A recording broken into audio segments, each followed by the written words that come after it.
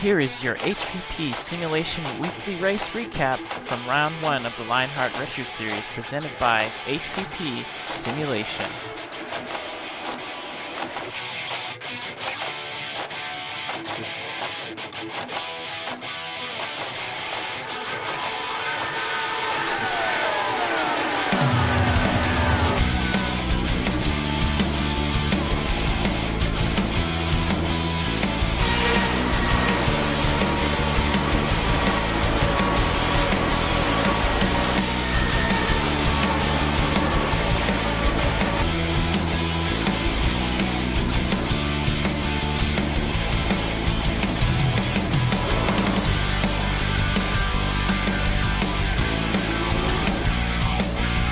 HPP Simulation. Engineered to win, built to last. Nothing beats the feel of a true hydraulic braking system in the world of sim racing. HPP's hydraulic pedals and their accessories set the standard for simulation racing.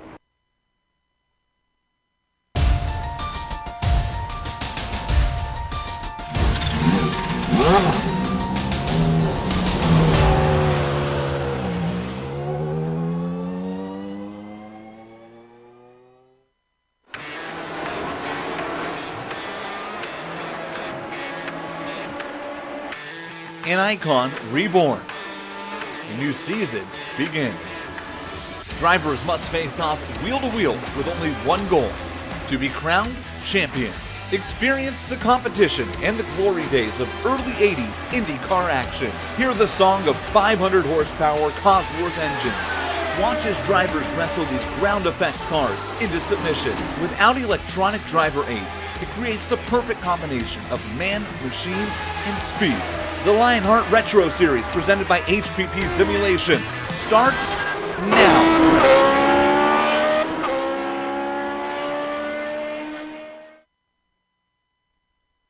From the Empire State, welcome to the Global SimRacing Channel and the Countdown to Green, presented by the Sim Pit. GSRC is going to bring you all of the on-track Lotus 79 retro action live as it happens.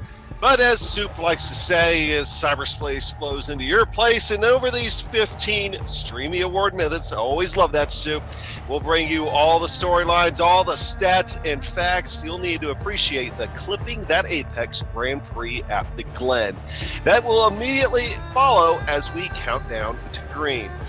And here to do all that, well, myself, Adam Young. Joining me here tonight, Bill Soupzon. Of course, I'm Jed Yaman, doing all the dials and everything else behind the scenes that only he can do. And well, him and Joe switch places sometimes. And of course, they're using cameras aimed, zoomed, and focused by GSRC camera guru Dougie Beard. Last time out, it was Adam Blocker finally conquering a super speedway for the first time in his Lionheart career. The hottest driver from the second half of last season, well, he's still going hot, taking the opening round butt kicker 200 victory over Dustin Wardlow and Andrew Kinsella at Homestead Miami Speedway. Ryan Lotus was able to come home fourth, and Jesse Vincent, well, he rounded out the top five in his return to competitive Lionheart action. This afternoon, the High Bank's going to give way to an iconic American road course known as Watkins Glen. It certainly does. And before I tell you about the track, let me remind the viewers that during the countdown to green, everything that happens comes courtesy of our sponsor, the Sim Pit. Now, they're an entertainment channel dedicated to sim racing. Its focus is to bring you news, reviews, and information from around the world about sim racing, hardware, and software. It also focuses on what it takes to be a better sim racer, with instructional videos and how-tos that will help your performance on the virtual track. Check it out at thesimpit.com. All right, let's talk about our virtual track today, and that is Watkins Glen, located in New York at the southern tip of Lake Seneca. You know, initially, public roads in the village were used for the race course, but in 1956, a permanent circuit was opened. Except for a few changes, the circuit's current layout is more or less the way it has been since 1971. The most notable alteration to the original layout is the inner loop just before turn 5, but you won't see that today because we're racing on what's called the Classic Boot. The drivers will need to negotiate 11 corners over 3.4 miles of asphalt and concrete. The history here isn't limited to racing. The circuit also has been the site for many music concerts, including the iconic 1973 Summer Jam, when 600,000 fans came to see the Allman Brothers Band, the Grateful Dead, and the band.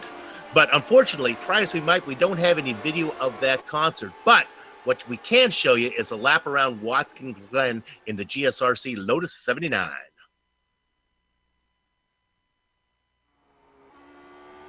All right, we've got Amjad Yaman in the GSRC Lotus 79, so let's do a lap around Watkins Glen. Coming down to turn 1, this is an excellent place to pass, but it's also super easy to overshoot. It's downhill as you're braking, so the issue gets compounded even if you're only slightly past your mark. Climbing back up the hill, the draft in the Lotus is going to leave a huge hole in the air. That means you'll see drivers pulling someone in from a long ways back. There's no lifting all the way through these S's, and since this layout skips the bus stop, you don't touch the brakes until the carousel. That means a lot of swapping positions will be taking place down this backstretch. Best to pick your line early and make your intentions clear. For the banked carousel, it's a very fast entry, so the brave drivers will really reap the benefits if they can be consistent. With the high speeds, little incidents will become big ones in a hurry. After that, switch sides quick and set up for the chute. This is a corner where being able to late apex tends to be a better line, but it's tricky to get just right. After that, we come to the lowest part of the circuit at the toe of the boot. This is a spot where you might see drivers try to overtake, but if you can get a better launch off the corner than your opponent, it's very possible to get the spot back. This climb is incredibly steep, so momentum is your friend. And the heel of the boot is another place where passing isn't uncommon, so you'll get a good chance to outbrake your opponent. Watch out for the inside curbs because some of the taller ones will upset the car very badly. By now, we're getting back to the main part of the circuit. The crest and off-camber nature of turn 9 makes it tricky enough, but on-throttle oversteer on turn exit just complicates things further, as Amjad shows here. Indianapolis has some banking, but even with all the downforce of the Lotus, it's not quite flat out. Finally, we hit the last turn, which has the barrier right at the edge of the track. Treat it more like a street course to save the car. Hopefully, you've hit all your marks and have now finished a lap around Watkins Glen.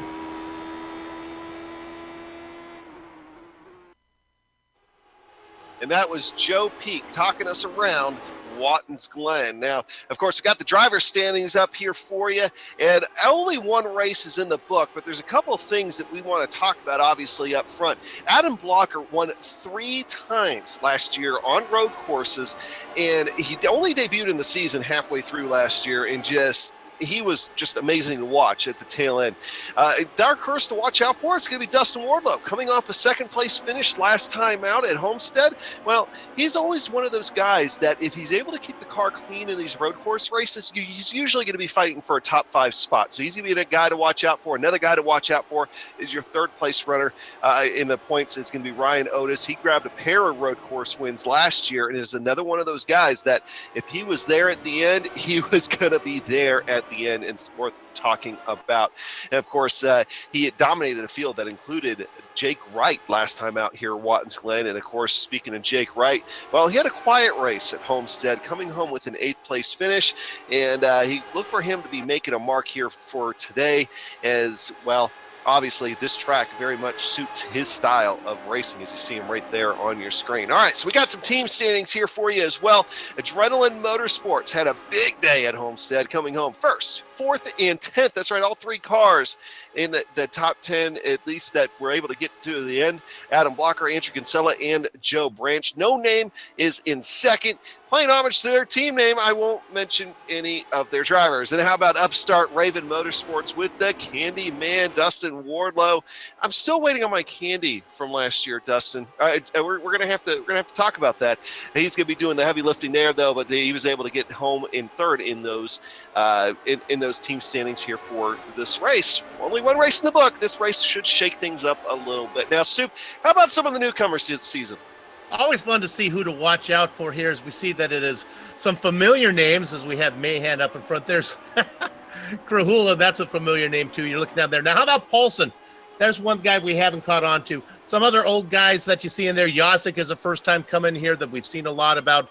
Bob and Weaver is here as well. There's Ken Hacker. He's racing with his family members. So that is the butt kicker Rookie of the Year. We'll follow along on that one as it goes along. Maybe one of those guys make a run for the championship. Yeah, in Soup, I mean, you talk about Yazik, that's one thing. I talked to him way back early in the offseason, probably about in December or January or so, and he was really going to be focusing on this season. He really wants to try to win some of these retro races and be in contention. So we're going to be watching out for him this year. All right, so, of course, one thing we always want to mention about Lionheart. Of course, Lionheart sanctioning both this series, the Retro Series, and the Big Sister IndyCar Series. Both campaigns, of course, honor the memory of the original Lionheart, the late, great Indy 500 champion Dan Weldon. And in that spirit, let's go ahead and look at those Retro Series details. So, 2-time champion, if I remember right. And let's go ahead. Yeah, let's go ahead and look at what we got here. And of course, this is sponsored by the Sim Pit.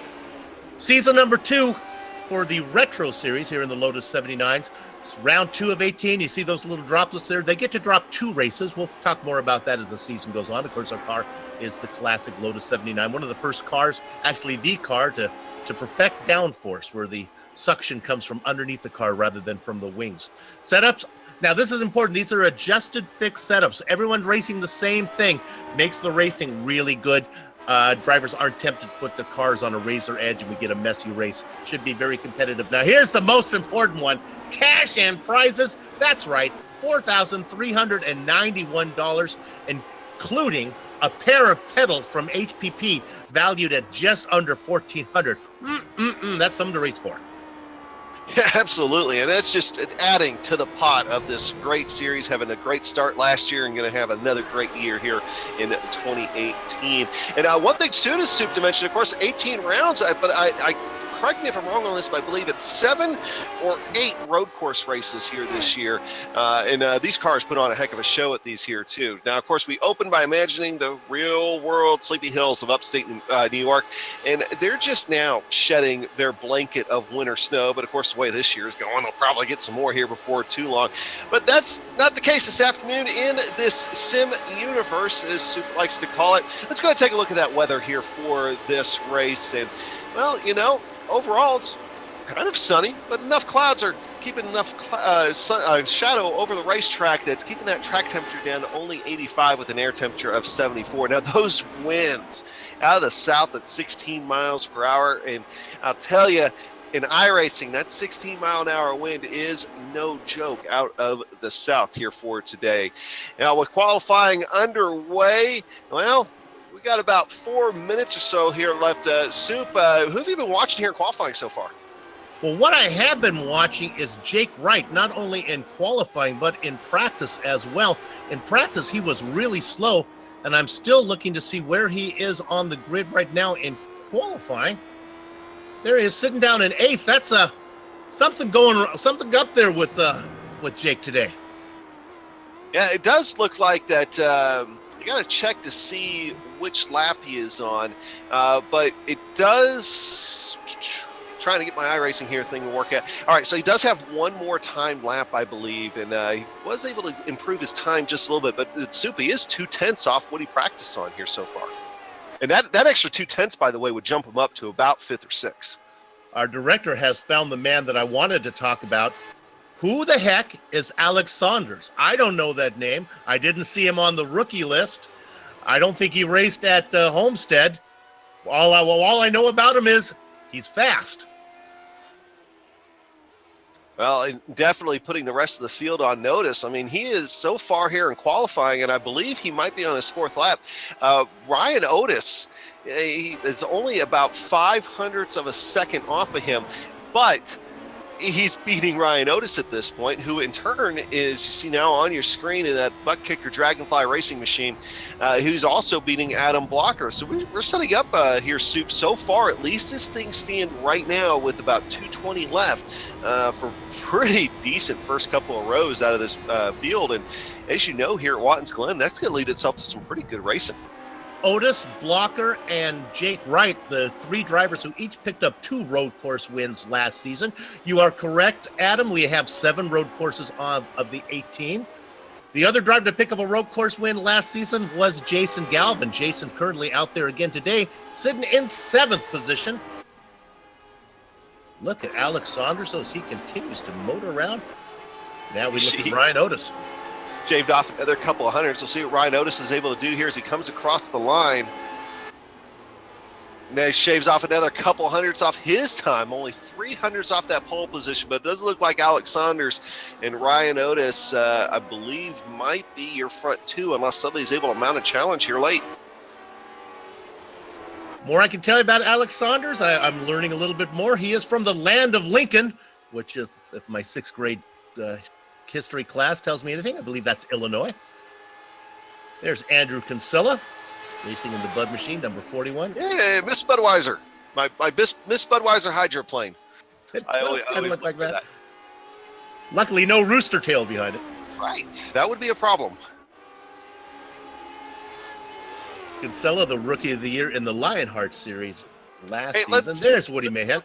Let's go ahead and go over to Adam Blocker here real quick. He's on the back half of his lap, and if I'm just kind of judging it just right, kind of just eyeballing it, he might be on pace to shave off some of his time. He's ran a 34.5 so far. We'll see if he's able to mount a challenge here for the front row, Soup. But Adam Blocker, you can never count him out. Let's see if he can get the lap in under the time limit. It would be nice. The good news for Adam Blocker is he's sitting in 3rd right now, but it would be so much better even if he can move up 1 spot. Sitting in, Captain Obvious cap I'm going to put on here. Sitting in 2nd, clearly better than sitting in 3rd. Well, good news is it looks like he's going to finish his lap. I guess he decided it just wasn't going to be good enough. All right. So with that, well, qualifying is 3, 2, 1 over, and drivers are going to be coming to the grid here any second. So let's go ahead and talk about that HPP High Performance Simulation.com race starting grid so this race can get underway. And when it's time to go sim racing, nothing beats the feel of a true hydraulic braking system from HPP Simulation, designed and manufactured in the USA on state-of-the-art CNC equipment. HPP's hydraulic pedals and their accessories set the standard for simulation racing. For more information, go and head on over to www.hppsimulation.com. All right, so let's go ahead and talk about that grid here, Soup. Let's pull up the HPP starting grid. On the front row, we've got Alex Saunders and Ryan Otis. Row 2 is going to be Adam Blocker inside of Michael Goodman. And a lot of strong guys up front. Justin Weaver alongside him is going to be Dustin Wardlow. Defending champion Jake Wright delegated back into 7th position. James Paulson outside of him. Jason Galvan's going to be starting at 9th. James Krahula in 10th. 11th and 12th is going to be Brian Yasek and Travis Jagerliner. Row 7, 13th to 14th is going to be Frank Beezer and James Brand. How about Frank Beezer? He's stepping it up a little bit from where he was starting at this race last year. Got to be happy with 13th. Row 8, we have Andrew Have-A-Catch Kinsella. He's going to be inside of the man who's all ribbons and curls in the Sweet 16 position, Chris Lanini. Row 9, hey, a good old Woody Mahan out there in 17th position, Ron Hacker in 18th. Populating row 10, it's George Adams and Scott Johnson. Coming home in 21st in the qualifying grid, Bob Mikus and Tyler Graff. GSRC's own Samuel Ryman in the 23rd position. He is flanked by George Anzaldo. Yeah, and George Anzaldo had himself a great race in the IndyCar race there about a week or two ago, so be looking for him to maybe try to move up. Brian Beard's going to be at 25th in row 13, Mark Muck in 26. If momentum means anything, keep your eye on Brian. It's not easy being Greenlee. Had a great performance last night in the IndyCar series. He sits in 27th, Joe Branch outside of him. Bart Workman's going to be in row 15. Alongside him is going to be Mitchell Moeller. And we get down a little bit farther. We're going to have Ed King Tutwiler inside of a newcomer, Greg West. And then row 17 is going to be Vincent Blumenthal and then Robert Lowen. Peter Edwins and Ken Hacker make up row 18. And, of course, these last two rows, these guys did not put down qualifying times. Jack Bogan and Nate Dean, I believe, are going to round out your field. And it does look like all those guys are in session 2. Make sure that everybody has gridded here as well, and they have. So, Stoop, we're going to be starting this race, it looks like, with 38 cars and Lotus 79s going around Watkins Glen. 38 cars, and 3 of them have onboard cameras that we can talk about right now. First driver we're going to look at. There we see it. It's Joe Branch in the butt kicker onboard camera. And we're going to scoot on over to Justin Weaver. He's running the 66 machine this year, and he's running that HPP simulation onboard camera. And the third car with an onboard camera is Ed King Tutwiler with the SimPit onboard machine. So good luck to them. And of course, always that great work there by Dougie Beard, getting some great camera shots off these Lotus 79s. Soup. And we also have a spotlighted driver. We're going to talk about him a little bit later. It is today's going to be, I don't remember who it is actually. Oh, it's Ryan Otis. We'll turn in on him, give you some stats on Ryan's career here in the Retro Series as the field works its way into the chute. Corner number 6, this left-hander, Adam. Yeah, you know, and this is, when you start getting down here, this is going to be where the action's really going to heat up, I think, at the start of this race when guys are starting to get themselves separated a little bit. Of course, turn 1's always kind of a danger zone at the start of this race. The S's, well, here's the thing, is if something goes wrong in the S's, Soup, we want to mention, it could very well block the track. And if we do see a track blocking incident, the race officials have reserved the right to throw a full course yellow if it's necessary. Now, that's something you don't usually see on these road course races, but if you see it, it's probably because of a track blocking incident, but they'll come in and let us know what's going on with that. I think the nature of the beast here at Watkins Glen doesn't lend itself to that. If we were at Bathurst, that would be something else. Drivers now working through the heel. The bosses at GSRC have asked me just to use the official names for the boot. I like to also have some places that I call the laces in the sole, but that's really not how it works. But when I think of a boot, now they get into corner 9. This is the dreaded corner for me. I hate this one. This left-hander. I cannot figure it out. You know, and what catches a lot of people off guard with that one, Soup, is I think it's uphill, and it kind of feels a little bit funny under braking, and it's really easy, especially in some of these lighter cars, to lock the brakes up. But now you're heading into a couple of really fast corners here, and to start to round out the lap before they head to the front straightaway. And speaking of heading to the front straightaway, that Porsche pace car, well, he's looking to pull off, and he's looking to give this field to Alex Saunders. Adam Blocker right up his tailpipe, trying to push him to the line. And that's really just going to give Alex Saunders a big old jump on the field. Adam Blocker's going to get around Ryan Otis here going into turn 1. Ryan Otis is going to try to come back on him. Adam Blocker shuts the door. 1, 2, 3. All 3 of those guys get through, but back behind them, it's a hornet's nest. Justin Weaver also clear. Michael Goodman is leading the next pack up the S's, but they're still side by side back there, Soup. The good news is, while they are side by side, Adam, they are clean. So far, all the cars able to make it. Now, they still have the S's to work on, but so far, so good. Yeah, and it does look like, just for the most part, everybody is now through the S's. We're heading down that long back straightaway with no inner loop here. That black straightaway does take a while, but now they're flying down there. Let's look at Adam Blocker using that draft to try to make a move here, heading down to that tight left-hander. Like I said, this might be a place where you might see a little bit of action as the race goes along. No inner loop really helps the cars not have a first lap incident. That's a straight drive right into the carousel. Everybody getting single file now. Now, these guys are sliding around a little bit on these colder tires, but so far, Alex Saunders commanding the lead. Ryan Otis is going to take a look at Adam Blocker. I think he's just mostly showing him that he's there and trying to fill up that mirror just a little bit. Soup right now going all the way back to about 15th position as they're running single file. Yeah, back there, that's James Brand, a new name, racing in 15th position. They continue to race single file. In fact, the first car, maybe we can go quickly look at back in 20th position. This is Bob Micas side by side with Ron Hacker. Micas is going to pick up that spot, move him up to 19th. And that did it, but we got to move up just a little bit. Dustin Wardlow had a little bit of a problem. He lost a few spots, ran a little bit wide, got some grass, and he's going to fall about 4 spots here with a little bit of damage on his front wing now. Just follow you up on the defending champion as we look at them coming at you. Jake Wright is up into 6th, up 1 spot from where he qualified. Soup, that top 6 really is starting to separate themselves out, but Alex Saunders starting to march, looking back in the field just a little bit. I believe that's Andrew Kinsella I see out there making a move on the inside of the back straightaway. Not a lot of drafting help, though. Is we were talking about that car earlier, Soup. I want to say alongside him, it's James Paulson in Amjad's new favorite car, the pole position Atari machine. He's not old enough to appreciate that car, is he? Man. Game over. This is great back here in 10th position. This is really where the best battle is. Paulson leading a train of, I don't know, maybe 12 cars. That includes Kinsella, Wardlow, Mahan, Beezer. In fact, Beezer making a move. Beezer side by side with James Brandt. Well, let me correct that. That's Jagerliner in the 44. There, Jagerliner's going to get that spot.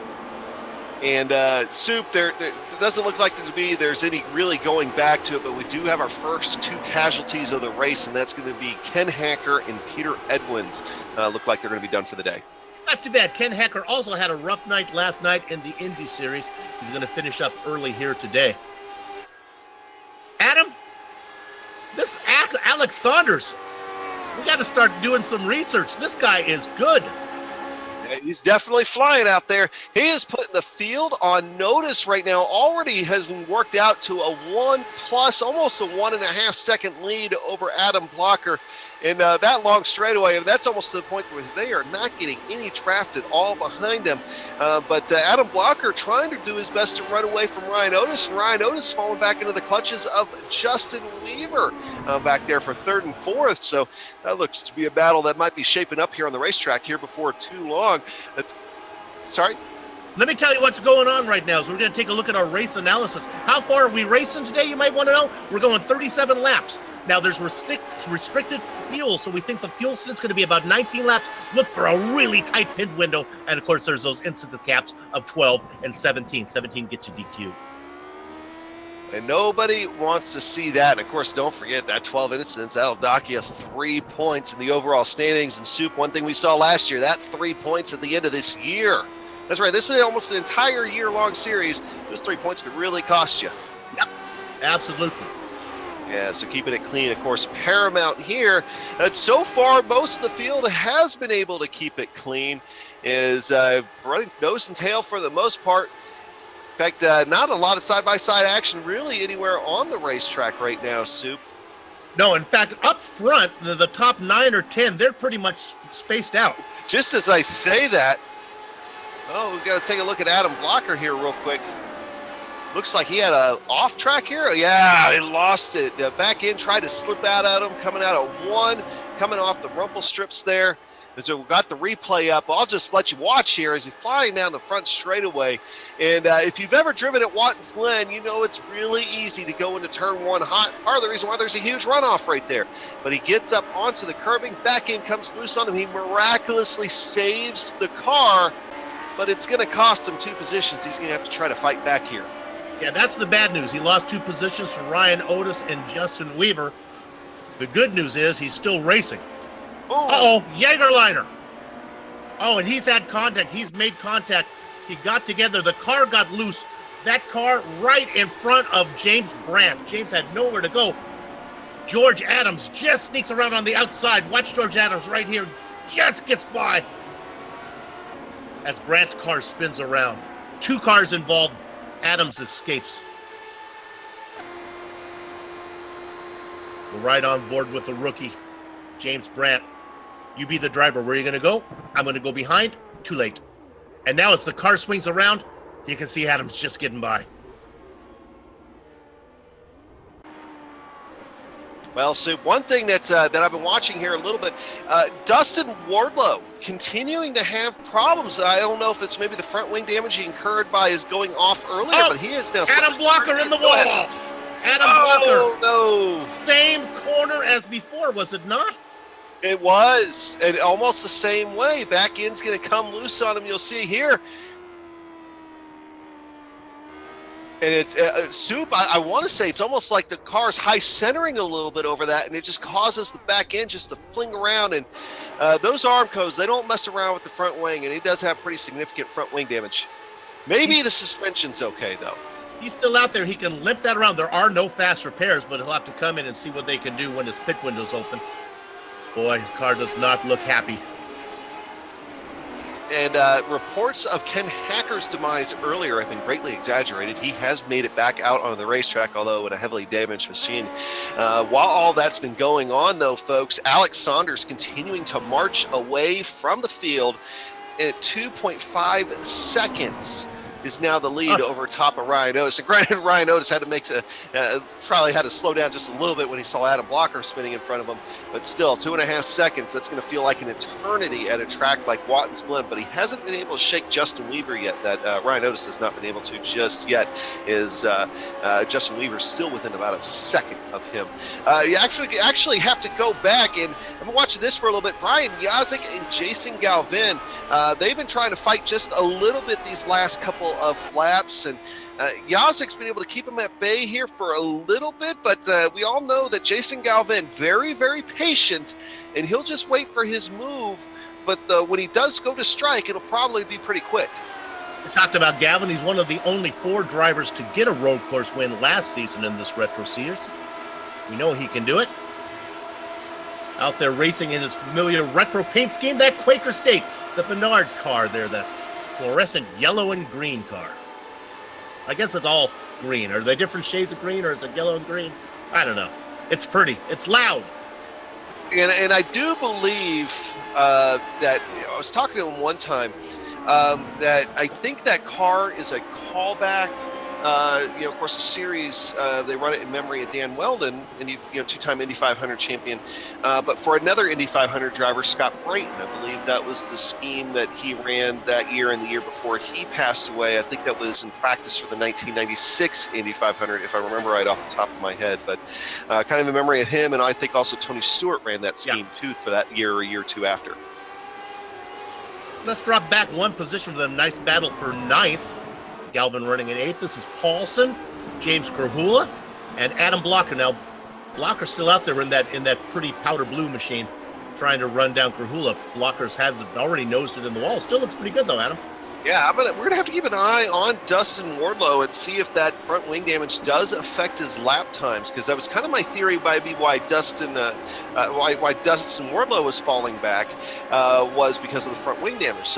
But he has even less wing damage than what Jake Wright ended up with by nosing it into the Armco. So we'll have to keep an eye on both those guys actually over the course of the next couple of laps. Not to jump around too much, we look at Wardlow, maybe go up to 5th position. This is a guy to keep an eye on. I kind of feel like the town crier getting up on the box, ringing my bell. 5th position, and all is well for Jake Wright right now. He vultured a few, remember, when that Blocker had his issue. But now look at this, as Brian Yazik has ideas of maybe running down Jake Wright. Yeah, he has separated himself very well from Jason Galvin here the last couple of laps. Right when I said maybe that might be a battle, he just kicked on the afterburners and now has his sights set on Jake Wright. We talked in the pre-race, and that me and Yazik had talked earlier on, if you're just joining us, that he really wants to win races in this Lotus car here for this year, and maybe even try to do something with the championship. And having a good couple of early race finishes go a long way toward that, Soup. Yeah, for Wright, maybe he's upset because his puppies ran away from home, or he didn't enjoy the last episode of The Walking Dead, but he's slow. Bob Mikas here. What's going on with him? Our director has it. Yeah, I've just caught it here on my screen. You're going to watch him run wide here into the grass. By the way, those wide Lotus 79 tires, they don't like the grass so much. Car broke loose and stuffed it into the wall hard. That's too bad for Mikas.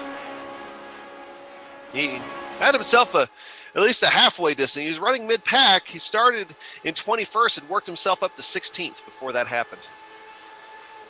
Well, since you're talking about drivers who are working themselves up, our hard charger back in 29th position, a name we have not mentioned, Nate Dean. Congratulations, Nate, doing a good job. Yeah, I believe he is one of the guys that one of the new guys here for this season, and he did not put down a qualifying time. And looking at his lap times, he'd be running halfway decently if he did, but probably just wanted to go ahead and maybe shake out the cobwebs, get used to driving around everybody, which is not in itself a bad strategy. Hey, Soup, Galvin is now caught back up to Yazik. We got about another battle here trying to shape up for 7th and 6th. Is Galvin's getting real big in that rearview mirror once again of Brian Yazik.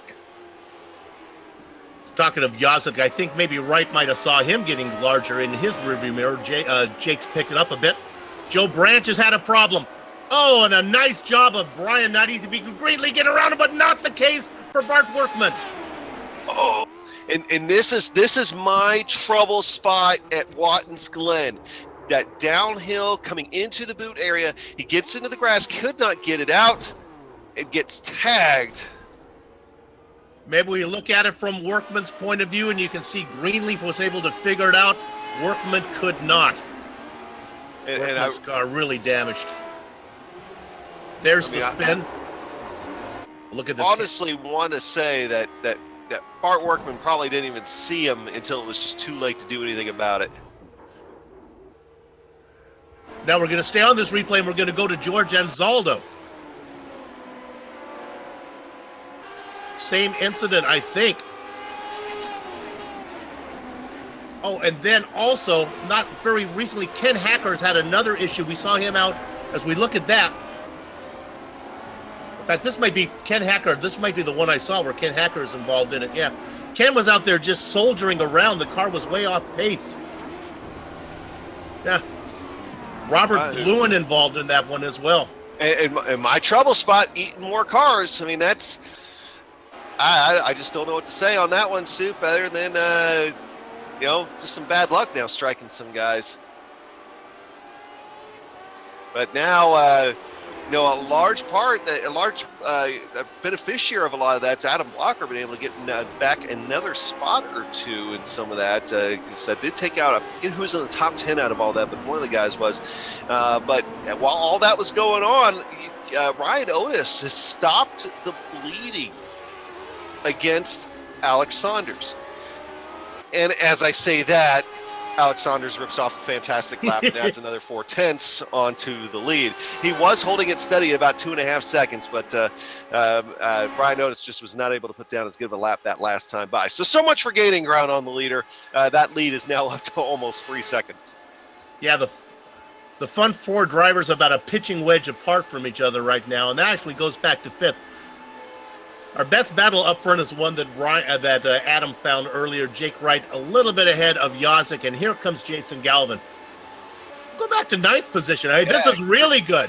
Krahula just getting around Jake Wright. Jake Wright now slipping into the draft. We'll see if he's able to come back on him here. He's going to go ahead and get his nose in there. They're going to go wheel to wheel. James Krahula is going to keep fighting, though, there on the outside. That'll put him onto the inside here at the next corner, but this is where a lot of guys have had trouble here lately. Yeah, and that is Adam. But everybody gets by out of that as James Krahula is going to keep on to 10th position here. That is actually Adam Blocker that is racing with that. Blocker coming right back on him. Look at that. Krahula misses the apex. The damaged car of Blocker. He takes that spot back. Back in the popcorn spot. Here comes Andrew Havakech Kinsella and the Candyman, Dustin Wardlow. Yeah, these guys running nose to tail in that four spots. It's 4 spots there in contention is 9th, 10th, 11th, and 12th. And as Adam Blocker and James Krahula started fun, who was I saying? I was meaning to say Adam Blocker. Oh, you just said Jake Wright. Yeah. Oh, okay. I know what you meant. As those guys were fighting there, that really let them get up. And now we're going to go ahead and go up to P6 where Yazik and Galvin continuing to duke it out. Oh, he's got the run. He's got the toe. If Galvin wants to force the issue, but Jason decides not to. They will wait. Yazik about almost 4 seconds behind Jake Wright now, who started to pick it up. Galvin, though, is the guy who has been coming. He really has. And I think he's been putting that pressure on Brian Yazik to start pushing it. But as they've started to race just a little bit more, that's allowing Jake Wright out in 5th position to continue to pull away from them. As Galvin's going to go ahead and try to come back out, and Yazik here going down the back straight. Back tires break loose just a touch. He has to get out of that gas and out of the throttle. And he's going to have to relinquish that, at least here for the time being. But Yazik swings wide. Galvin tries to come back on him. Not going to be able to do much here just yet as Yazik taking a defensive line here. We can afford to stay on this one as a while, as this is the best action on the track. Everybody else behaving.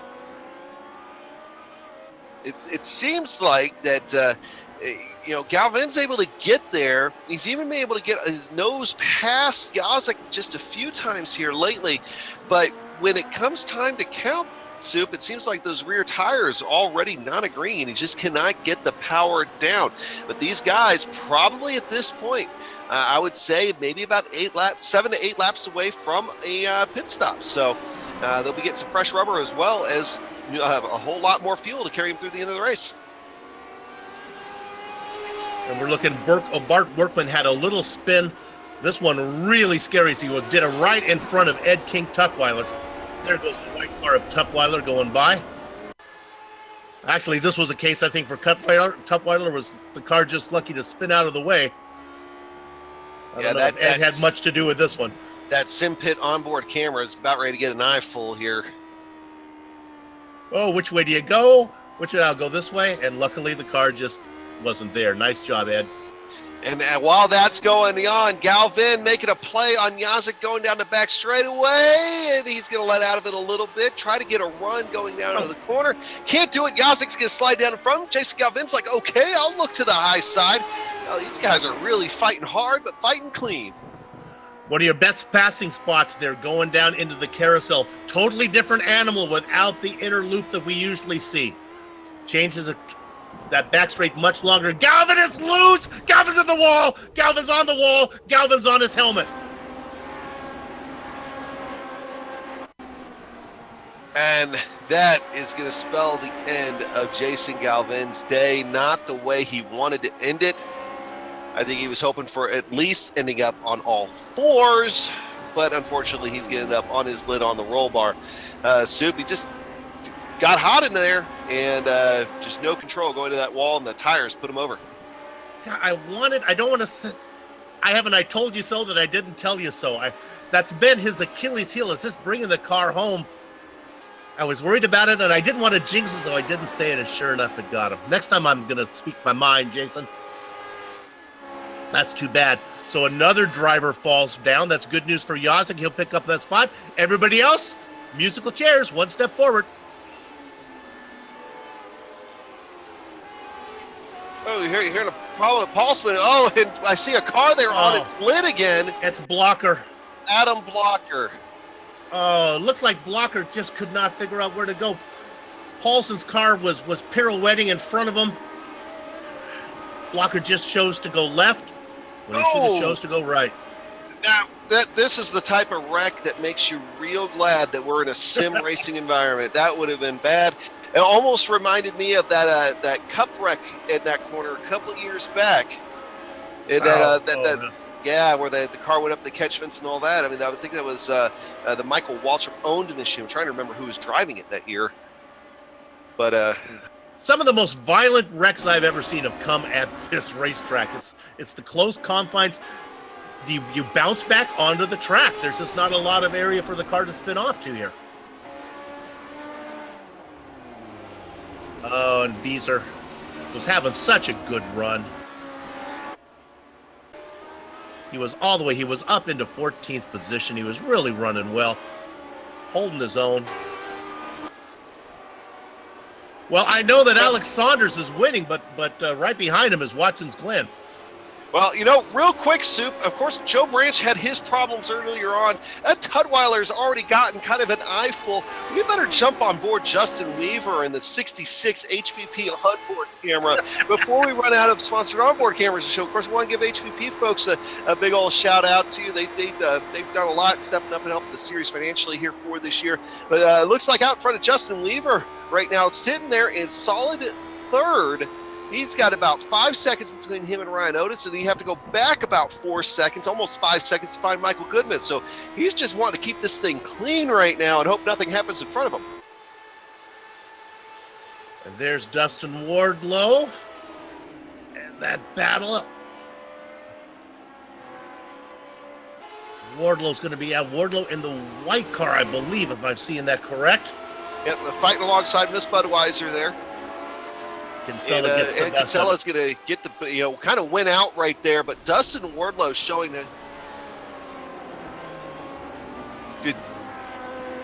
trying to see, we heard somebody blew their engine. Dustin Wardlow is, we have to think this might have been under downshifting, Soup. He was chasing Kinsella. He says, I don't know what happened. I'm here on the mic right now. Yeah, he was saying it was all normal. I might have picked up some damage, he said, maybe going up the S's or something, but yeah.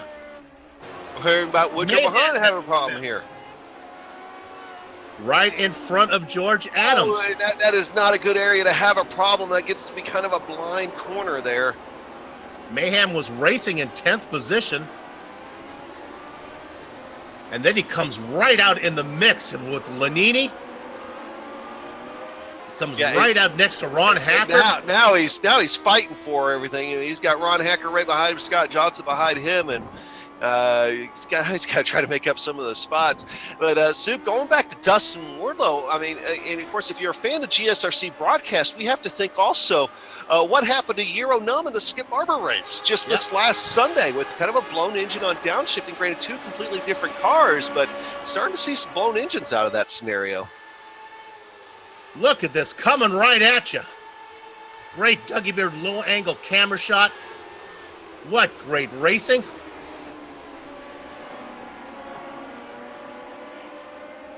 They continue to fight. And while they're all fighting, Alex Saunders continuing to march away from Ryan Otis, and Ryan Otis marching away from Justin Weaver, and Justin Weaver marching away from Michael Goodman as your top four continue to separate themselves from the rest of the field. So they are on a roll right now as the race would go. Soup, really that battle that we had our eye on that Woody Mahan kind of got stuck in after that spin is kind of the battle on the racetrack right now. With all the problems these guys are having here in Watkins Glen, I bet you they could really use what they could use as a hydraulic braking system from HPP Simulations, designed and manufactured in the USA on state-of-the-art CNC equipment. HPP hydraulic pedals and their accessory set the standard for sim racing. For more information, go to HPP Simulations. I think it would really help. Well, and one thing, Soup, of course, the attrition rate seems to be getting high right now, and we got through the onboard cameras to make sure nothing happened to those guys. Let's go and talk about our profile driver here real quick before we get into the pit stops. Of course, we talked a few minutes ago about that being Ryan Otis. Ryan Otis, of course, driving for Dragonfly Racing here for this year, and of course, he was driving for him last year too, but little bit more sponsorship on the car here this time around. He ran 15 races in this Lotus 79 last year, missed just a handful of them, but in those 15 races, he came away with 6 poles, he came away with 2 wins, and only 3 of those races he did not finish in the top 5. So there you go. Consistency when he's able to make the show, and he's going to be a guy, one of the early favorites, definitely for the championship here this year, Sue. Brought to you by SimPit. Otis, one of 16 drivers to be perfectly clean at the oval at Homestead.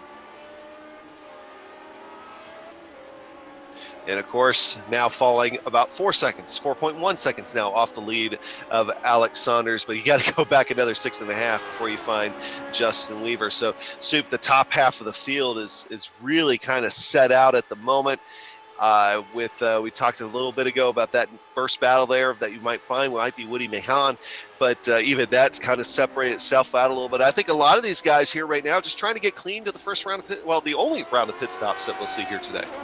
Coming up any minute. So we talk about Saunders. I don't know much about him. I know he's not the shoveler or the Blue Raja, but he is definitely a mystery man out there in front by a whopping 4.4 seconds over Ryan Otis. It's not often that Otis gets his hat handed to him like he is today. Now, Soup, obviously I've got a lot of opinions. Everybody knows that. But I want to hear your opinion on something. When I think about the Lotus 79 at Watkins Glen, especially on this layout, I think it might end up being a draft fest. And indeed, we're seeing a lot of these guys running nose to tail trying to use the draft. But why do you think we're not seeing a lot of draft packs? Why isn't this pack racing in this car at this track? Yeah, I'm surprised to see that too. I think it might just be the attrition has taken out any battles. Every time one seems to heat up, there seems to be some type of problem that breaks the train up. But yeah, it is a little bit strange.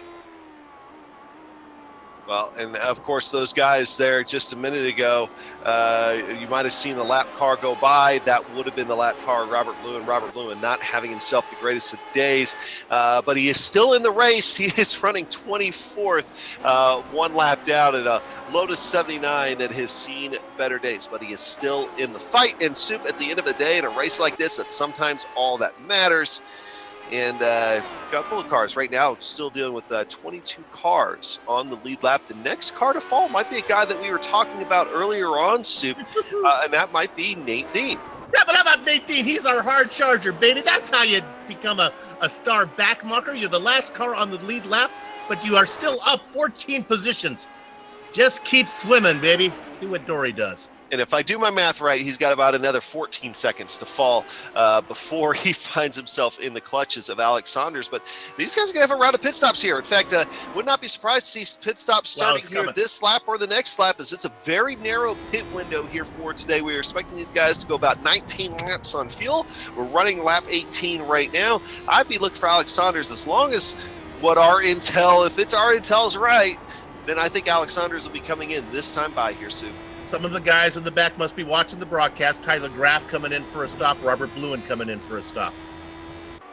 It looks like Alex Saunders is going to decide to go around one more time. But these guys are in the pit window, so we should see a group of guys trying to come down now. Of course, some of the guys that Soup just mentioned were down a lap, but still nonetheless, they still got to make it the rest of the way themselves. In fact, here comes Michael Goodman coming in from 4th position.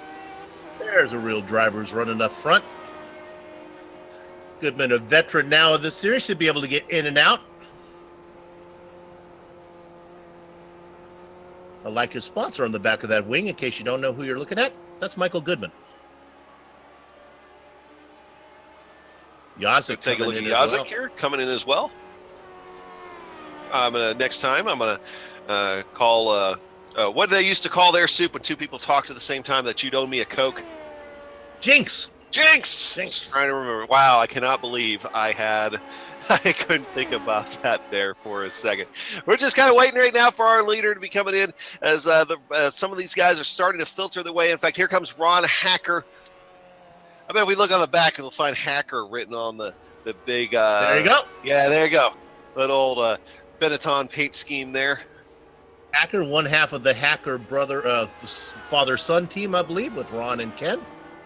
Talk about Brian Yazik. Momentum means anything. He should have it. Coming off a big win last night, just 24 hours ago, in the Lionheart IndyCar Series at Oh, Phoenix. I was not able to watch last night, so he was able to pull off the win. Yeah, he had a great win. Lanini, let's see what's up with Chris Lanini. Oh, a little bit of a wiggle. Oh, Alex Saunders is in, by the way. We'll stay with Chris Lanini here real quick. Look at this. Look at this. The barricade is just far enough away that he doesn't back it in. Chris has to be thinking, when is it coming? No, I don't want to feel anything. And he's okay. You got lucky there. All right, so Alex Saunders is in. Ryan Otis is in. Mark Amok is in. Rest of the field coming by. Alex Saunders is away. Of course, Ryan Otis was running about 5.5 seconds behind him coming in. So, and now he'll pull away as you see those wide rear tires in the Lotus 79 light up as he pulls out. And can you say wire to wire? I believe Saunders stayed out long enough. I don't believe anybody let a lap. Everybody's come in for their stops now. Saunders just working his way around Mark Amok, who just came out of the Amok, who just came out of the pit lane. One thing to note, though, is that Ryan Otis came out right behind Bart Workman, and I do think that he got slowed up quite a bit by Bart Workman going through the S's. So just kind of adding insult to injury right now as far as the gap between those two guys now up to 5.6 seconds. Let's go to fourth position. We finally found ourselves another battle up front. This is basically due, I think, to what pit stop time. Michael Goodman in fourth, about 4 car lengths ahead of Jake Wright. Pit stop times were about the same, both from cone to cone, a couple seconds slower for Goodman cone to cone. Jake is the defending champion. Jake, I'm telling you, he's not feeling well today. Well, and that goes to say, I really think, honestly, Stu, for the competition level that you're going to see this year in the Lotus 79. Of course, a great race last time out at Homestead. You're seeing another great race here where the cream's really rising to the top at Watkins Glen. And I've really got to wonder, Alex Saunders, of course, we're wondering about this name. We don't know much about the guy. What kind of show is he going to put on here for this year? Is he going to try to run for the championship? Of course, because you get 2 drops.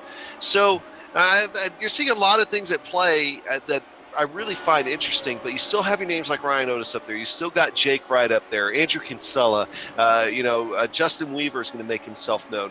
But one guy I really want to talk about here real quick, too, that's making himself known, up 13 spots here so far. I think that's him starting to come down pit road also. Yep. Samuel Ryman has been able to make some moves and get up there. Yeah, I was wrong. I saw Samuel playing a sneaky deal that I thought everyone made their stops. Scott Johnson and Samuel Ryman had yet to come in. They were hiding from me.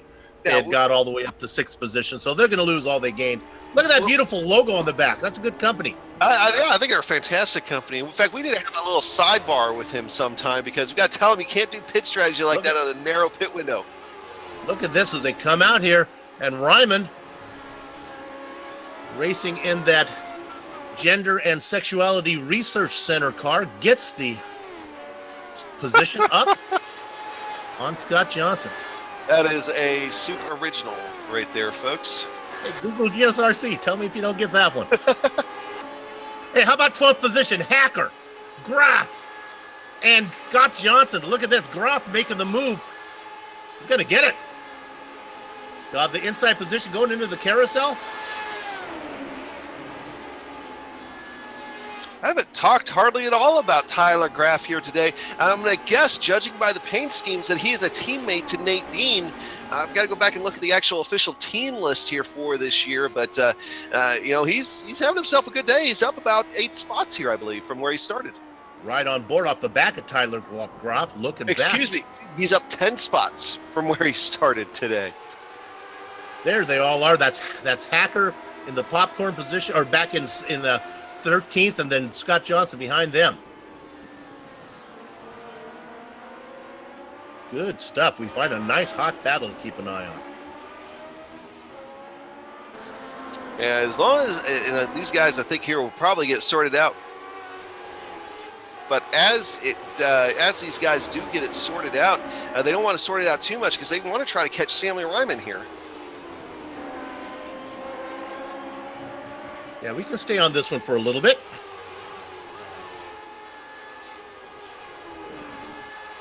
getting some news from race control. Somebody's not up to speed. Yeah, it's Vincent Blumenthal. They're right now he is not making a minimum time.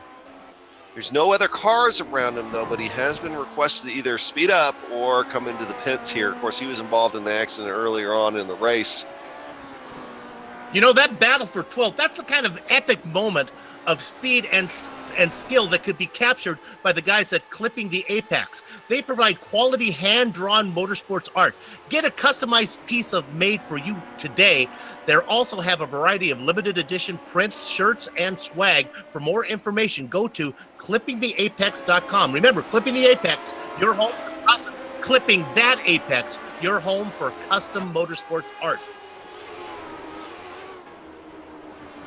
Well, Tyler Graff really had to take a defensive line there going down into the boot just a moment ago to hold off Ron Acker. And Scott Johnson's just kind of back there just waiting for something to happen. And these guys, I think, are actually slowly but surely, Soup, starting to catch Sam Ryman. They are. Don't call Sam Shirley.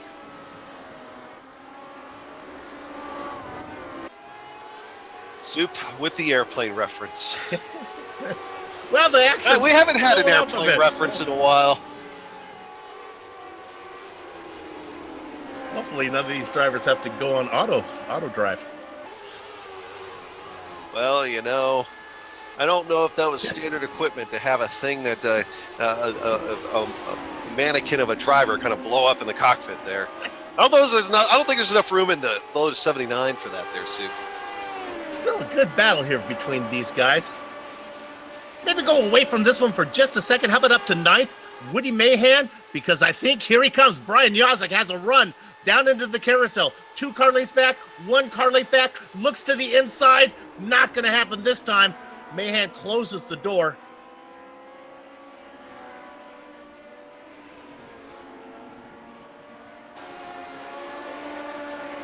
Yozik was, this is really interesting. Yozik pit stop was 4.9. Oh, you know what? Brian Yozik has made 2 stops. Something wacky has happened to Brian. Not sure why he's pitted twice. Maybe a stop and go penalty. Maybe he got a speeding penalty exiting the pits. Had to come in and serve a second. I think he had a penalty because he went out and came back right away. Yep, so there you go. There was something there. So unfortunately, that's going to drop him back a few spots. But still, I mean, coming away with a top 10 finish in a 38 car field today would not, 38 car field today would not necessarily be a bad thing for Yozik. But we all know that he wants to do a little bit more than that. Up front is still Saunders, Otis, Weaver, Goodman, and Wright.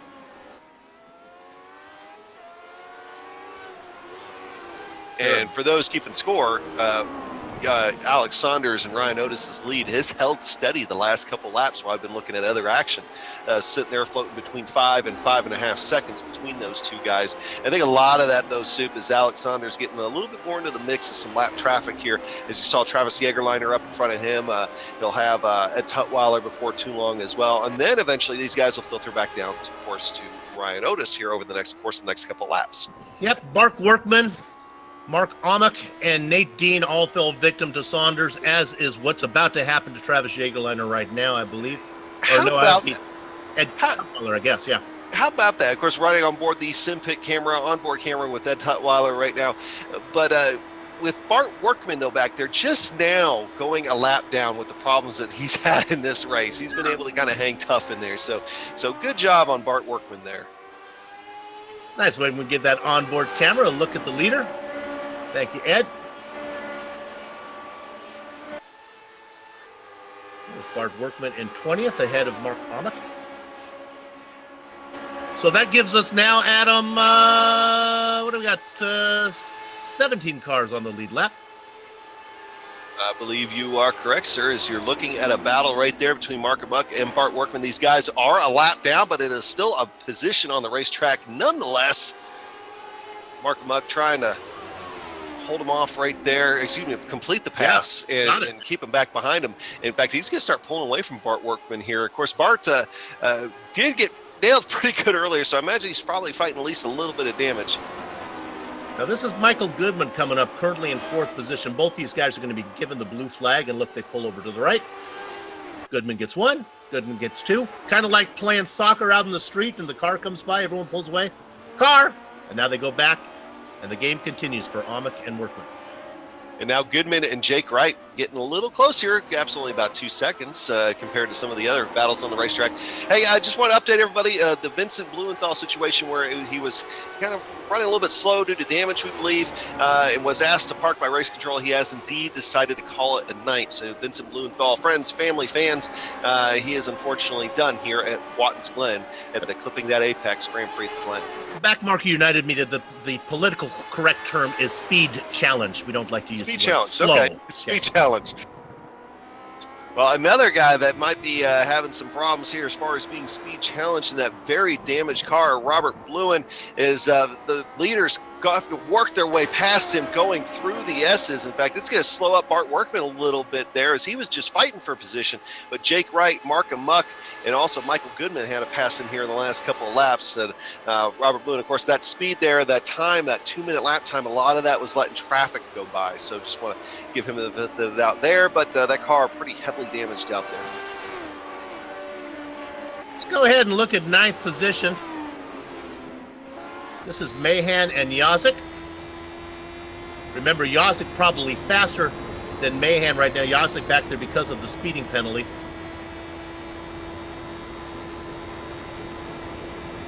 And Brian probably still under the ether of last night's win in the Lionheart League in the IndyCar. He made a challenge last time. It was a little closer in the carousel last time. It didn't work. You know what's interesting with this configuration? I think without that inner loop, Adam, it makes the exit of the carousel almost kind of more interesting. They seem to carry a lot of momentum. Shot passing zone maybe down into the chute sometimes. They do, and what I found is you're mostly setting it up for going down into the chute and down into the boot. That's where you're going to be setting it up, is going through the carousel. Hearing something going on with Graff, Tyler Graff, slow on the racetrack. A spin off, he goes off, and you know what? It's a little bit of target fixation for Ron Hacker. These guys were in that battle we were looking at. Watch Ron Hacker says, okay, I'll go that way, unless he thought maybe the car was going to spin in front of him. And Ron, trying to avoid it, just put it in the wall. You know, and I think the worst end of that deal is going to go to Ron Hacker. Riding on board with him right now, getting past the carousel, going down through the chute, and see him break loose, and his back end breaks loose. Yeah. And then he actually tagged that tire wall, and I could have sworn I saw the right front tire get pushed in a little bit. So, and indeed, Ron Hacker not getting back up to speed. His day may be done.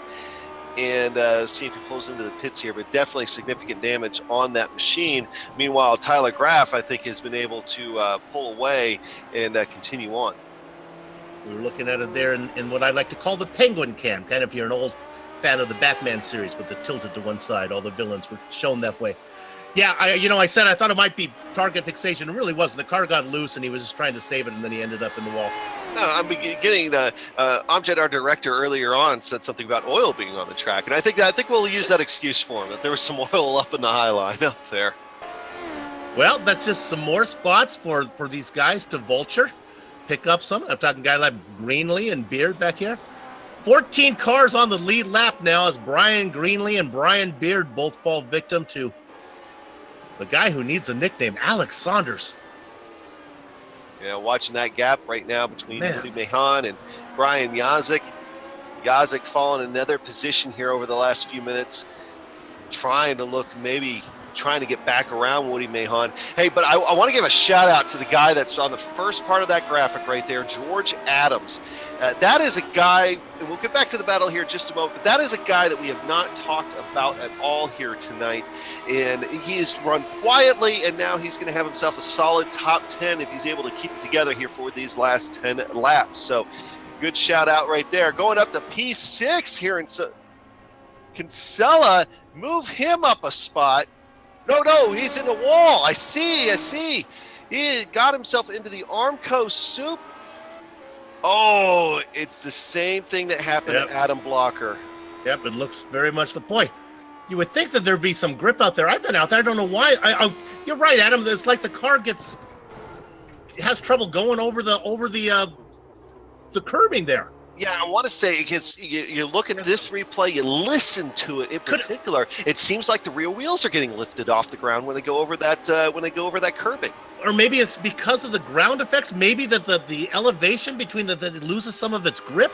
But yeah, Kinsella has the same trouble as he puts it in the wall. You know what? Only thing that would make that pleasurable is if you own some butt kicker products. Because what they do. They can move actual mass, producing a haptic immersion that is really powerful and accurate. To see all the family of products at thebuttkicker.com, use the promo code LION20 to get 20% off your order. If you owned a butt kicker product, you might actually want to put it in the wall every now and then, so you thought you're getting your money's worth. Well, I've got a tradition, Soup, that every new car that iRacing puts out, the very first thing I go to do with it is that watching that Woody Mahon Brian Yazek battle, is I like to go absolutely trash the new car on the backstretch of Charlotte, because it has a little wall inlet, and just see what the damage model on it looks like. Which, by the way, the Porsche LMP1 damage model, it doesn't really do a lot of damage to the car. I was kind of disappointed. I just like tearing the body off of it. Don't ask me why. I'm sadistic or something. That's how they do it in the real world too, I think. Maybe not. I'm just crash testing for the sim. That's all I'm doing. Woody Mahon, though, is so far able to hold off Brian Yazek really well. But Yazek getting a good toe here, going down the backstretch, heading down into the carousel. He kind of tucked his nose out there a little bit. No intention, obviously, of making an actual move. I think he's just trying to intimidate Mahon a little bit. Some of that oval driving experience coming into play here, I think, for Yazek. I think it's just a matter of time. I think Yazek he's just feeling him out. It's doing there too hard. It's going to get into Mahon. Mahon's around. Mahon pointing the wrong direction on a blind corner. Yeah, I said it was a matter of time. I didn't think it was going to be that quick, but now the good news is we ride on board with Yazek. I don't think Mahon lost any positions other than the one to Yazek. Oh, let me correct myself. I think Sam did get around him. Sam Ryman, I believe, did get around him there, but still, that's and Yazek, he's going to feel bad about that contact there. Those guys do have a very long history of racing together, so that they'll be able to go have a beer or something tonight, make up for it. But still, right now, Woody Mahon going to have to try to fight back, get that position back from Sam Ryman. Well, one of those beers might be free. I would think. I would definitely buy him a beer. I would definitely. Some of that rear wing damage. He's going to go ahead and come on in and see what the story is. I don't think he got into the suspension a little bit, but I don't think it did. But love that Batman cam. Oh, look at that! Look what we can do! Oh. Put it in, the car went in reverse. That's what happened there. Hey, how about a shout out to our buddy from GSRC, Samuel Ryman, up into ninth. I didn't think it was real. 14 spots, Soup. Yeah, I kind of blew him off when he had that climb through because he was so late to pit. But this is legitimate. He's good to go from here. He is not our hard charger, though. That still belongs to Nate Dean, even though Nate is down in 20th. Nate started so far back. Samuel Ryman, though. That's nice when you're a hard charger and you're inside the top 10. That means you're doing a lot of things right. Hearing about a battle for P13 is looking at Brian Greeley and Brian Beard, the battle of the Bryans. And as they work down into the chute, now across the laces, down into the toe of the boot, around this right-hander of the toe.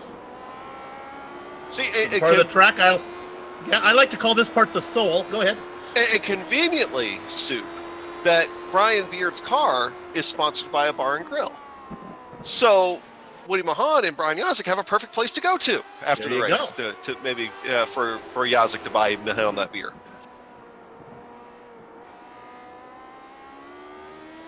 Greenlee, as they work down out of 10. Greenlee doing a good job.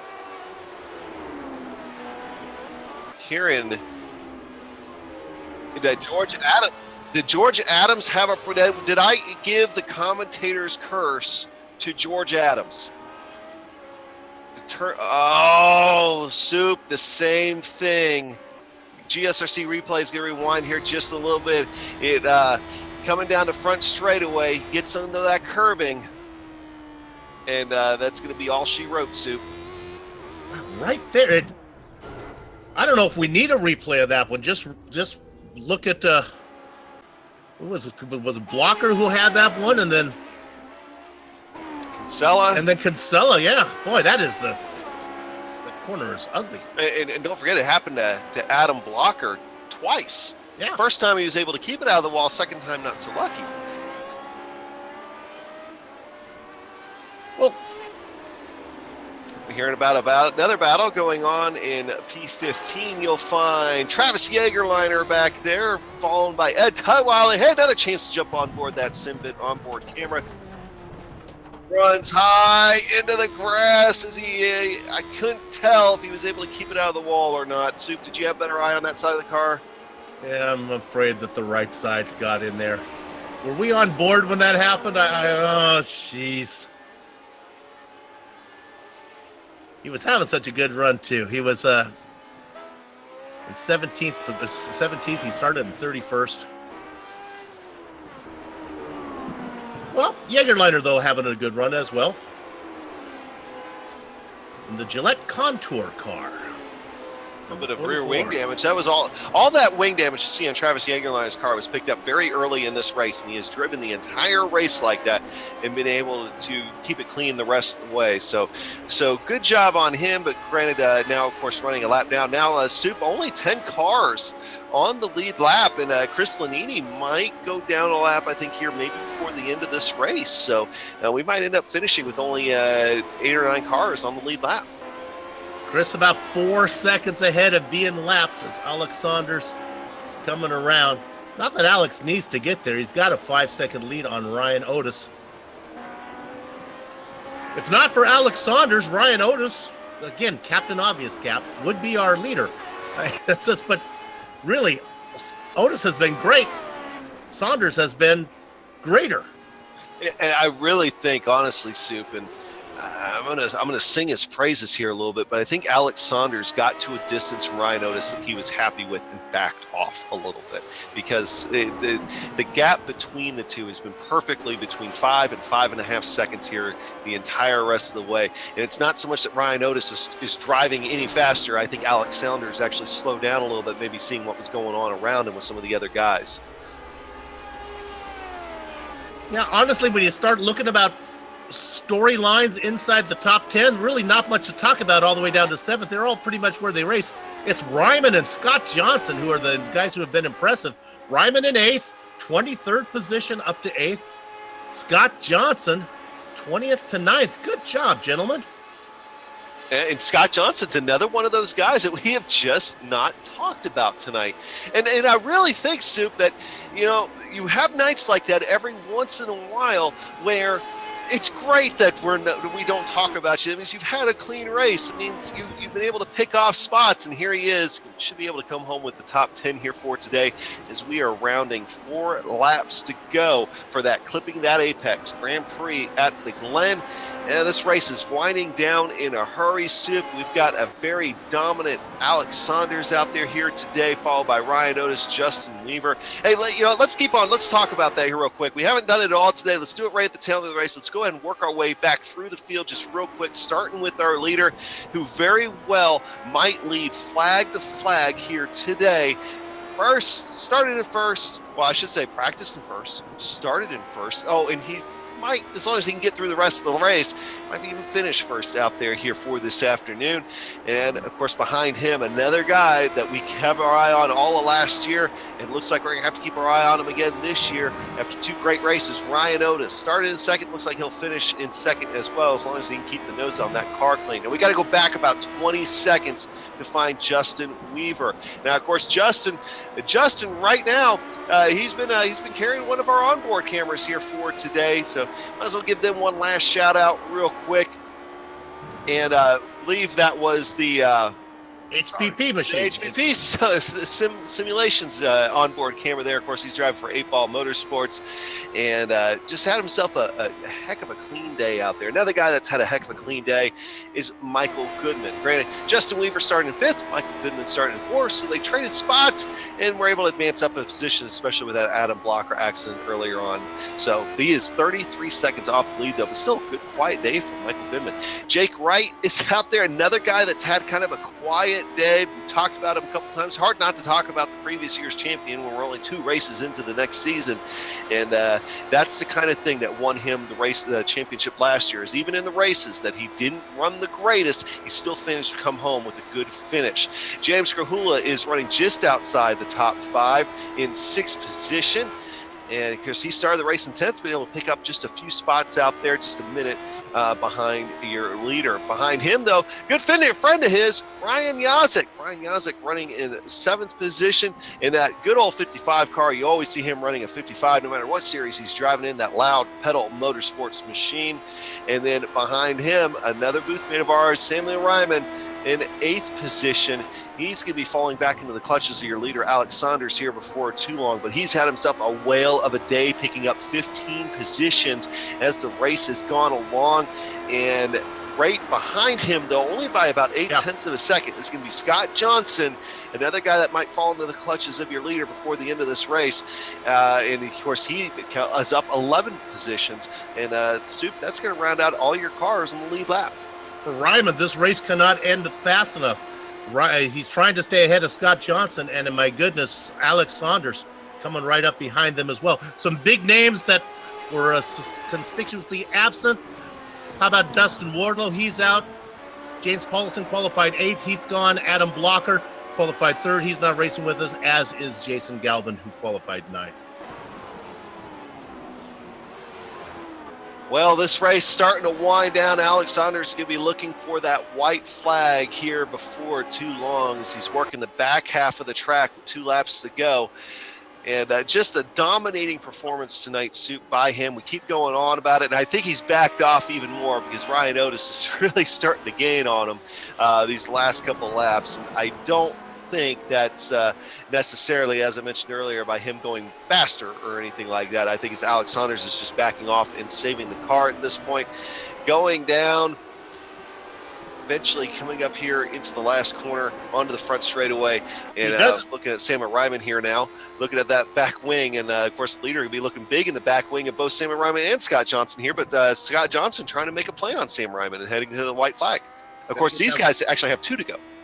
Yeah, these guys will get 2 more bites of that apple. Well, 1 more after this one. Yeah, I don't think Saunders wants any part of this right now. He's just going to sit behind him. In fact, he doesn't even want to sit right behind him. He wants to sit far enough behind him that if anything crazy happens up front, he'll be able to get out of the way. Look at the run that Johnson has. I think he's going to make a shot down into the carousel, Adam. He is. He's got himself a good run. Samuel Ryman's going to try to let him. And it's almost beneficial to try to hang it on the outside right there because that's going to give you good treatment going down into the boot section. See if he's able to complete the pass. Scott Johnson able to complete the pass, though. And he's going to clear Samuel Ryman pretty well and decent. But, hey, I don't know if Samuel Ryman's going to be able to come back with that. And just behind those guys, you will find your leader, Alex Saunders, coming around on his white flag lap to complete this race. Soup, just a fantastic drive from Alex Saunders. Nothing but praise in that purple and black machine. I think he's just kind of laying off Samuel Ryman and let them finish it. Otis is trying to come. He's 2 seconds back.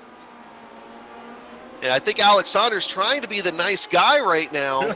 Watch out.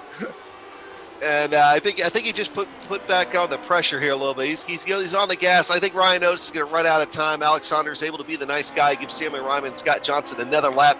But he's going to be coming around. He's going to pass pit entrance. He's coming toward the checkered flag. Give round number 2. That clipping, that Apex Grand Prix at the Glen. Lionheart Retro Series, Alex Saunders for the win. Justin Weaver, Michael Goodman, and Jake Wright come home 3rd, 4th, and 5th.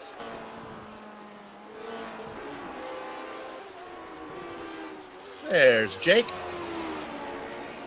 And we're going to have to go back and see if Samuel Ryman's able to come back here on Scott Johnson. I don't think he's able to. No. I think that gap is pretty significant. Scott Johnson's able to stretch that out to almost a second now. So that would have been the last battle on the racetrack coming through, and they almost had the entire way to go. So, yeah, we'll watch these guys here finish out this race. Only 9 cars on the lead lap. James Grahula, Brian Yazik come home 6th and 7th. And then we just wait for the last 2 guys to come across, Scott Johnson and Samuel Ryman. I can look forward. Don't go away, folks, because you don't want to miss the interview. Hopefully Alex Saunders will come and tell us about himself. I think we're all looking forward to that. We should actually have a good interview. Ryan Otis and Justin Weaver should be popping their heads in here as well. Of course, we usually like to talk to the podium. So if you guys are listening, start heading on over. We'll go let these guys go ahead and cross the line. Great drive from all these guys coming home with top 10s, but Scott Johnson can get the best of Sam Ryman here. And with that, that is going to conclude your Clipping That Apex Grand Prix at the Glen. Soup. We'll be right back. We're going to go ahead and let them sort out the finishing order, and we'll show you that here after the break.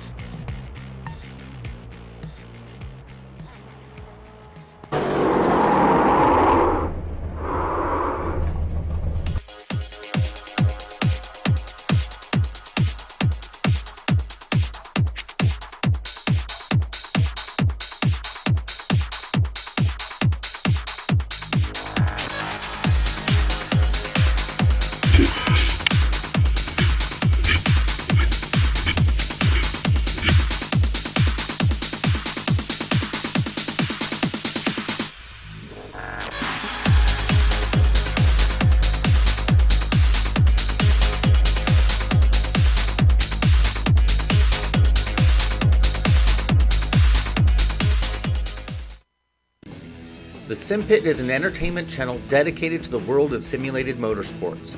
The Sim Pit is a leader in providing the sim racing community with news, reviews, interviews, DIY pieces, and instructional videos to make sim racing a better experience for all.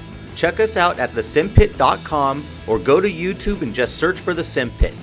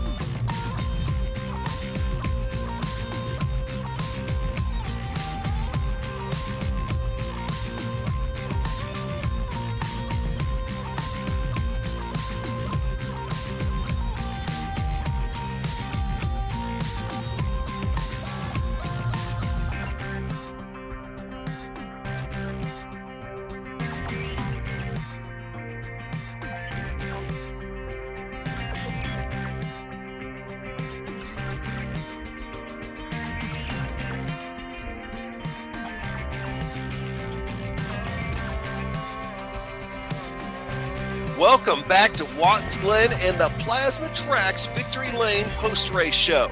If you're struggling to find something for the person who has everything, I have the website for you. Plasma-tracks.com not only produces original race track wall art, motorsports trophies, home decor, motorsport fabrication are also available. Words cannot do justice to the uniqueness that their wears.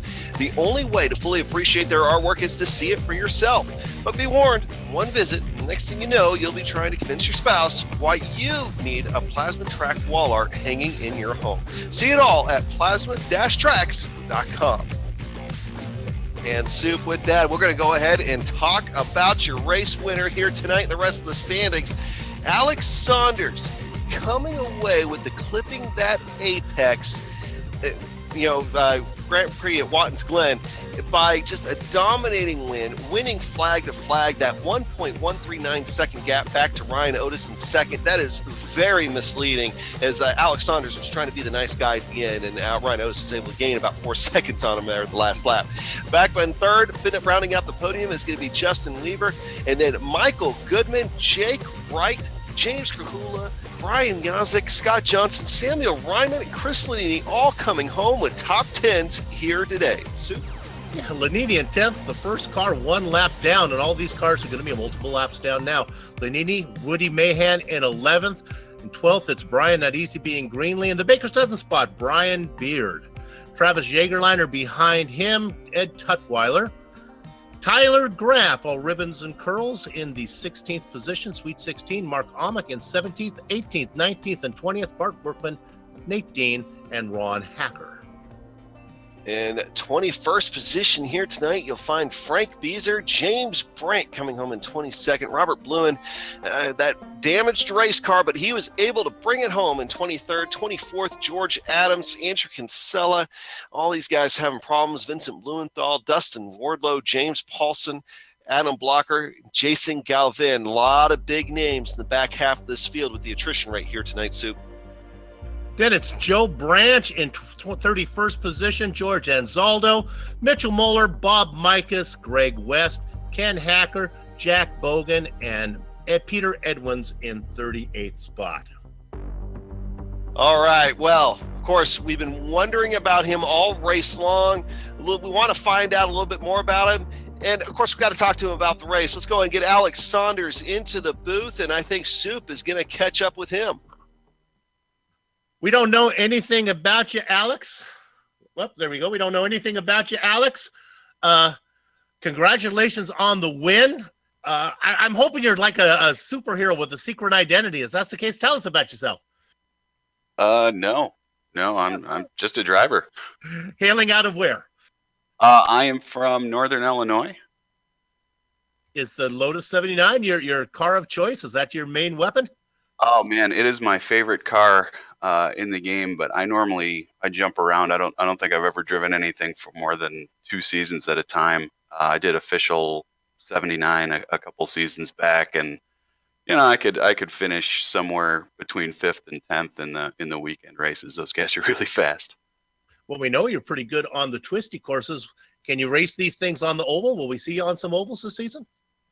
Yeah, I'm really looking forward to that. I have never touched the 79 on an oval. That was definitely one of the things that attracted me to the league, was that they do road and oval. So I will be around for the next race. I'm really looking forward to it. I've spent a little time in the 79. I've spent some time in the 79 here at Watkins Glen. I don't remember corner 1 being a problem. You don't realize it, but that was the Achilles heel. People were getting out on the curbing there and looping that car around. Is there something that you can tell us about maybe that might be dangerous out there? Well, yeah, the curb has a crest that I got a little sideways on once, but most cars, you can run wide in turn 1. The 79's not one of them. When we were doing one of the practice sessions during the week, I surprised everybody by saying I was going down to second gear for it. I think a lot of people were trying to take it much faster, but I just wanted to get a good run out of it because you've got such a long run down to the carousel. On that, we'll get you out here on this one. On that final lap, when you're behind, you have the race in hand. You got Scott Johnson and Samuel Ryman up ahead of you. Were you doing a little air traffic controlling there? This kind of saying, okay, you're clear. All right, now you go. Yeah, I told him I wasn't going to try and lap him. I was pretty sure that my gap was enough. And then I was getting a little worried when they were side by side. They were fighting hard, but still had enough to do it. And this way, it's important everybody gets to have fun out there. Well, it's great to see you in the series. Great to have you on the GSRC broadcast. Good luck to you the rest of the way. We look forward to you on these final 20. What do we got here? 17 races left. Thanks, guys. Alex Saunders, our winner today. He's very nonchalant about how good he is. He's really good.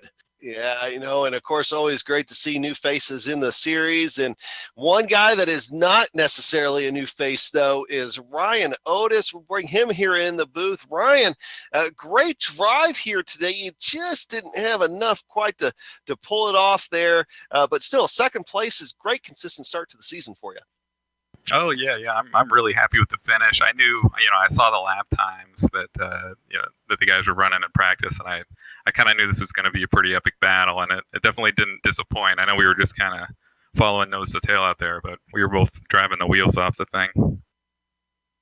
Now, Ryan, of course, you weren't able to kind of get that gap there to get to the lead, but I mean, you mentioned you're very happy with the finish. It's great. And of course, coming off that, are you keeping those championship aspirations up here for this season? Will you be able to see every time out this year? I'm definitely gonna make an effort to make all of them that I can. I got a little bit of a travel schedule that is gonna kind of ruin my chances at a couple of races, but I'm definitely gonna put in some effort. I think the organizers of the league have done a great job getting all the sponsors on board, and there's a lot of stuff out there to race for and a lot of support. So it's definitely worthwhile to put in a ton of effort into this. All right. Well, hey, next time out, looks like trying to pull up the schedule here and see where you guys are heading to next. Phoenix, heading to Phoenix next. What do you think about Phoenix? Oh, I actually think Phoenix is a lot of fun in this car because you got the little dog leg, and it's pretty decent in traffic. It's not just a flat out all the way around kind of track, so it's a lot of fun. You can really drive the car there, so I think it'll be a good race. All right. Well, hey, from the mouth of Ryan Otis right there.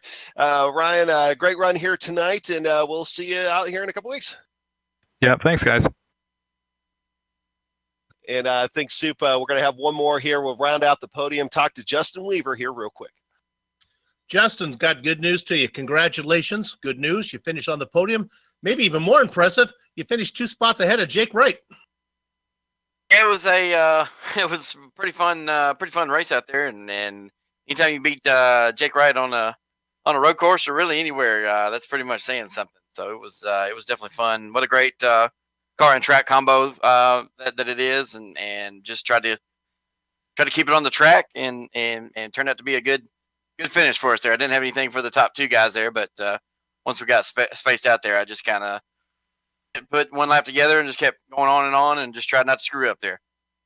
Now, my notes show you here, usually I keep track of important passes. I don't see one written down here for you. Did you started in 5th, you picked up 2 spots. Did you actually make a pass on the track today?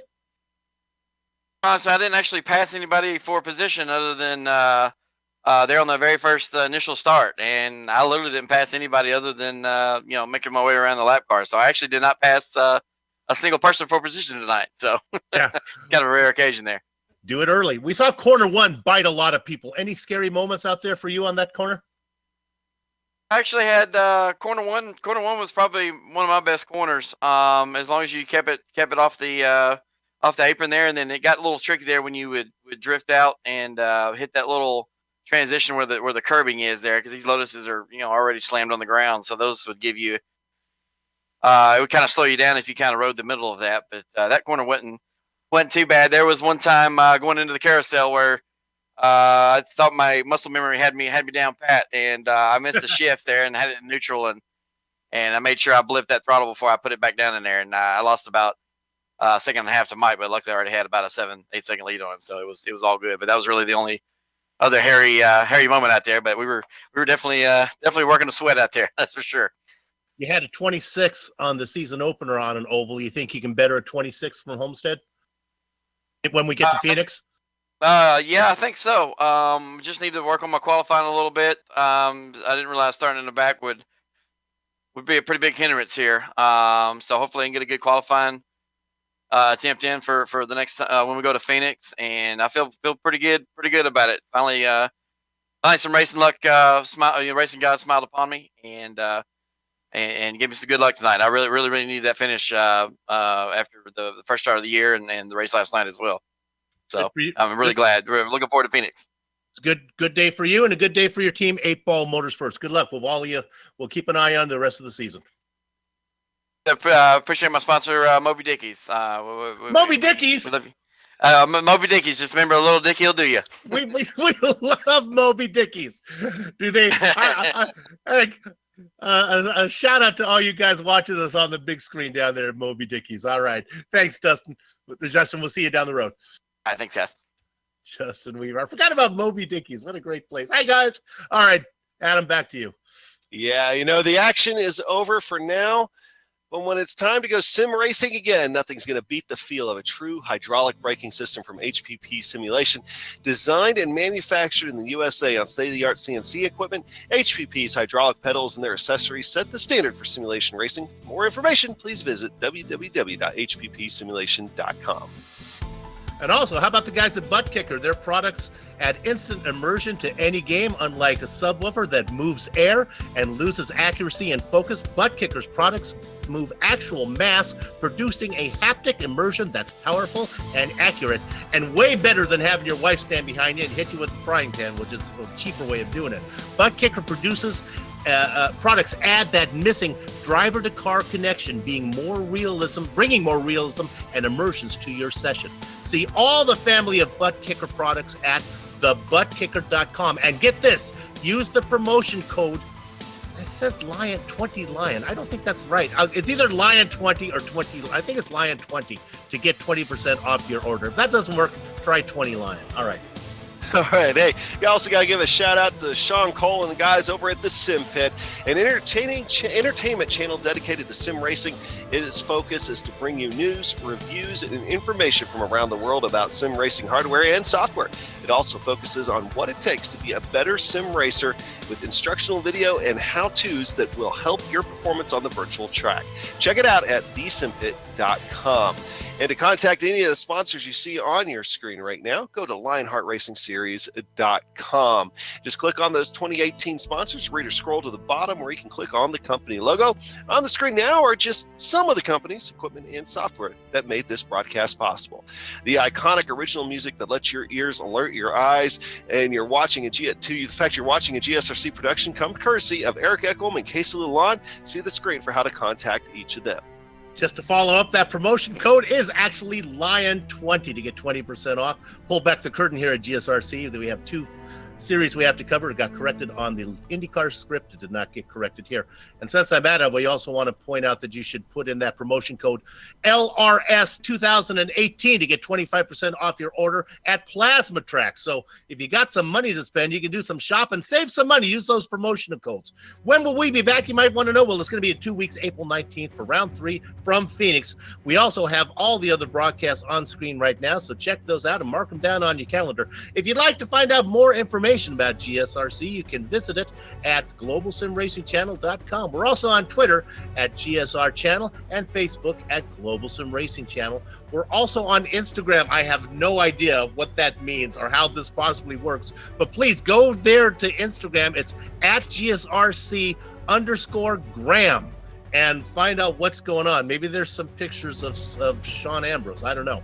And while you're here, wait, before you go, while you leave this thing, if you're still watching this thing, I don't know why you would be, but you should press the subscribe button here on this YouTube page. So I'm done.